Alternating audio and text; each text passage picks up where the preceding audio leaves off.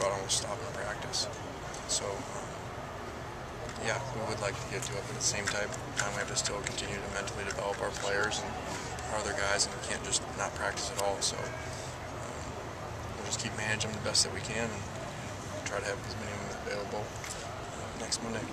You had mentioned that David Osbury has a fibula issue of some kind. He had like a stress fracture of some kind last year. Is it related to that? Yeah, it's the same thing that he had last year. I'm not saying it's to the same degree, but it's the same issue. We're hoping that as they look back, they kind of pushed him last year at this point and made it worse. So hopefully us not pushing him won't make him out as long as it was last time. So there's some areas you guys improved upon this week, more so than others you're satisfied with? I think our secondary had a really good week. We looked really good today. Nikel looked really comfortable in there today with the ones all day in there, across from Sharice and Juwan's and TJ. It's a pretty good looking DB group.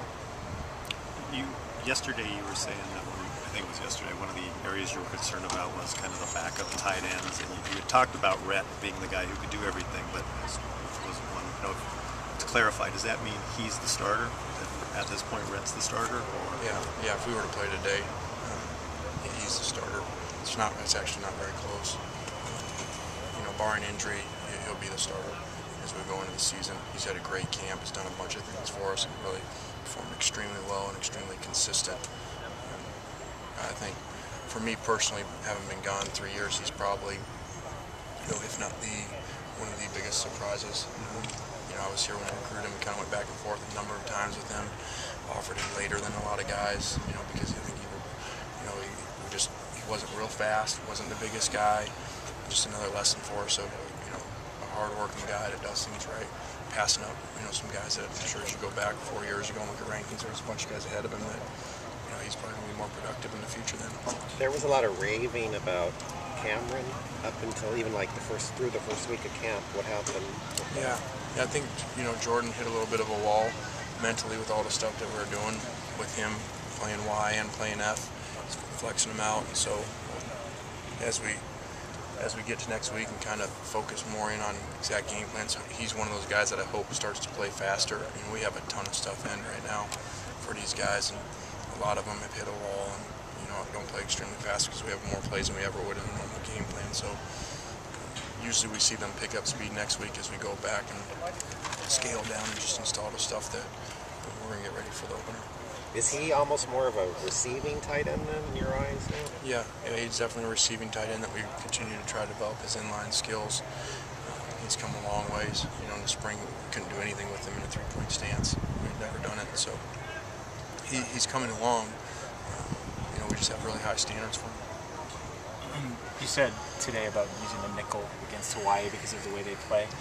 Would the four top linebackers just kind of rotate in those two spots, or are there two guys who are more apt to be the nickel linebackers than others? Yeah, that we don't know that right now because we don't have the mic figured out, and we would try to leave the mic in there, and leave the Will in there, who's Malcolm. Malcolm's been there regardless, and so we'd like to leave Malcolm in there and leave the mic in, and then put the nickel in, which usually helps guys play a little bit better. Last year, they rotated the guys, actually played different spots in nickel and base for some reasons. We're trying to avoid that to help these guys learn our package in our first year. You guys have a lot of experience in this coaching stuff. When you guys see how banged up your group is and how you can't tackle, is there a time you can remember that that's ever happened either in your career or your father's or any of the assistants say, wow, we only got 50 guys who can play and we can't tackle right now? Is this the most banged up that you've ever experienced as a coach? Well, yeah, and it's not just banged up. We're not the most banged up that we've ever been, but the numbers are, because you go back to without someone being here, we started at 70, so we started at 70 scholarship players before injuries, before, Christian Zuko that goes 69 out for the year. The two guys that had to go home yesterday for clearinghouse, there's 67, so those numbers, and then that's when we're not even talking about the injuries day to day, so those numbers are going the wrong direction. So it's not necessarily just injuries, it's everything combined. And no, we haven't dealt with this before. Is this Devon Flournoy's best practice that you've seen him have? Yeah, he did some things.